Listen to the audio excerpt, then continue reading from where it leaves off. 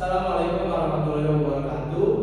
Kami dari kelompok 4 akan mempersembahkan tugas video materi siklus pendapatan pengujian pengendalian lanjutan dengan mata kuliah auditing 2 yang diampu oleh dosen Nafisa SEMAK.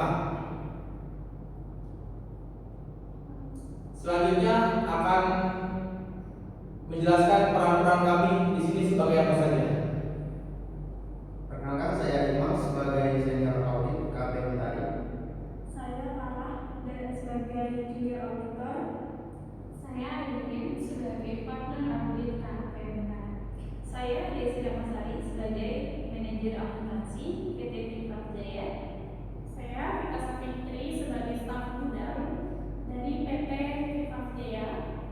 Saya Fauzan sebagai staf penjualan dari PT Privat Jaya. Teman-teman, kali ini kita fokus ke siklus pendapatan ya. Pastikan kita memperhatikan piutang dan untuk penjualannya. Siap Bu, saya akan fokus pada pengendalian internal. Baik Bu, saya bantu berkoordinasi dengan rekan kerja. Jika ada temuan langsung didiskusikan, jangan ditunda. Ayo jalan, siap Bu.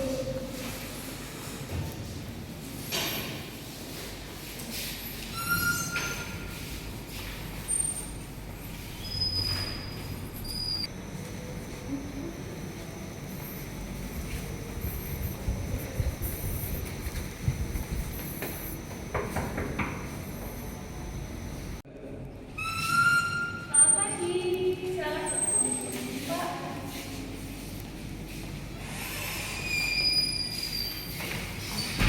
Selamat datang di PT Privat Jaya. Silakan Bapak Ibu.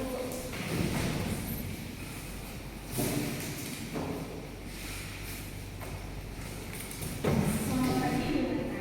Perkenalkan, kami dari KPM tadi. Saya Adeline selaku partner audit dan partner saya. Perkenalkan, saya Imam, senior audit. Dan saya Farah, junior auditor yang akan membantu dokumentasi dan kertas kerja audit. Terima kasih. Baik Bu, pendaftaran kami hari ini untuk melakukan audit dari siklus pendapatan, mulai dari proses penjualan, penerbitan invoice hingga pencatatan penerimaan kas. Baik Bu Ratna, saya akan mulai dengan beberapa pertanyaan terkait pengendalian internal perusahaan.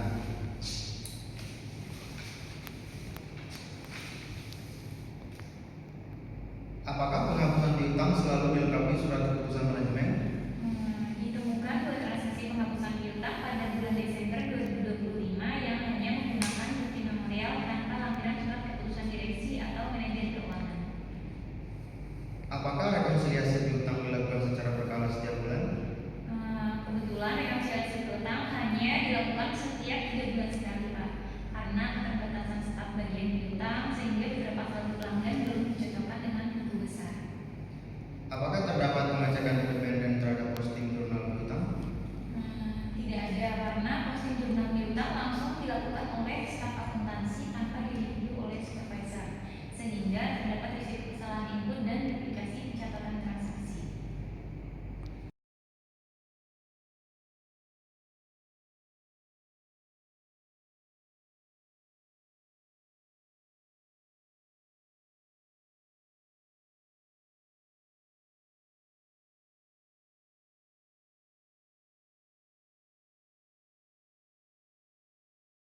Selamat siang Pak Fauzan, kami ingin mengetahui bagaimana proses penjualan di PT Privat Jaya, khususnya terkait data penjualan, tentang usaha dan cadangan piutang piutang. Baik Pak, untuk proses penjualan pelanggan biasanya mengirim purchase order terlebih dahulu. Setelah barang tersedia, kami membuat invoice dan surat jaminan. Bagaimana jika terjadi data penjualan? Jika pelanggan membayar barang karena rusak atau tidak sesuai pesanan, kami membuat memo kredit sebagai bukti retur pembelian. Apakah memo kredit tersebut harus disetujui terlebih dahulu? Ya, harus disetujui manajer penjualan sebelum diproses sebagai akuntansi. Bagaimana pencatatan piutang usaha dilakukan? Setelah invoice diterbitkan, Bagian aplikasi mencatatnya sebagai piutang usaha pelanggan. Apakah perusahaan membuat cadangan kerugian piutang? Setahu saya ada Pak. Biasanya dihitung berdasarkan umur piutang pelanggan. Apakah seluruh data piutang direkod rutin? Belum terlalu rutin. Kadang dilakukan setiap beberapa bulan sekali. Kita, kami ingin mengetahui prosedur keluar masuk barang dan gudang. Baik Pak, barang hanya bisa keluar jika ada surat jalan dan invoice dari bagian penjualan. Bagaimana jika terjadi retur penjualan? Barang retur dari pelanggan akan dicek kondisinya terlebih dahulu. Setelah itu dibuat laporan retur dan barang dikembalikan ke stok gudang jika masih layak digunakan. Apakah jumlah barang retur dicocokkan dengan memo kredit? Iya, biasanya kami cocokkan dengan dokumen dari bagian penjualan. Apakah pernah ada selisih stok barang? Selisih ini biasanya sering terjadi atau jarang perusahaan? Kadang ada selisih kecil karena keterlambatan pencatatan barang masuk dari retur pelanggan. Apakah setiap barang keluar selalu dicatat? Kalau tidak, segera dicatat bisa mempengaruhi laporan penjualan juga ya. Betul, karena retur berkaitan langsung dengan pendapatan. Ya, tetapi terkadang pencatatan manual menyebabkan keterlambatan update stok.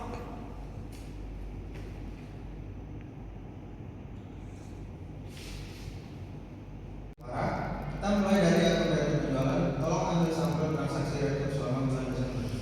Baik Pak, saya sudah mencocokkan memo kredit dengan invoice dan surat retur barang. Dan saya menemukan beberapa memo kredit tanpa tanda tangan manajer.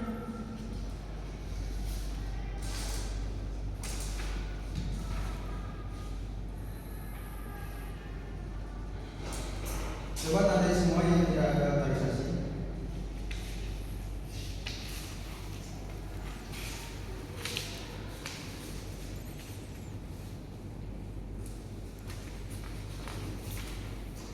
Baik Pak, ini ada beberapa transaksi yang sama.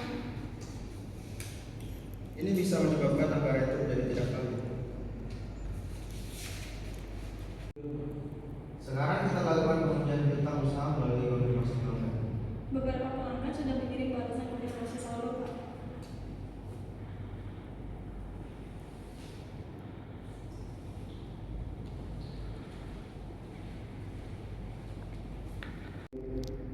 Baik, kita lanjut ke cadangan kerugian piutang. Tolong periksa daftar umur piutang. Baik Pak, saya menemukan beberapa piutang lama belum diperbarui estimasi kerugiannya.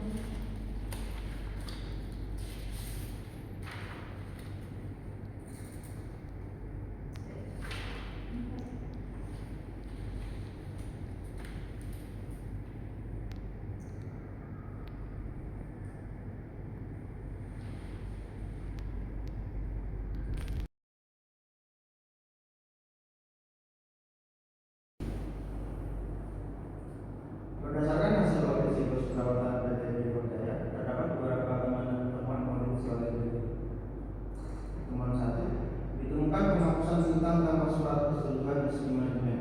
Baik Pak, perusahaan akan melengkapi dokumen otorisasi tersebut. Temuan kedua, rekonsiliasi piutang belum dilakukan secara rutin sehingga terdapat perbedaan saldo pelanggan. Kedepannya kami akan mulai melakukan rekonsiliasi piutang setiap bulan. Temuan ketiga, posting jurnal piutang belum direview supervisor sehingga berisiko terjadi kesalahan pencatatan. Kedepannya pula akan dilakukan pemeriksaan sebelum posting jurnal. Temuan 4, terdapat selisih 10 juta pada akun retur penjualan. Selisih terjadi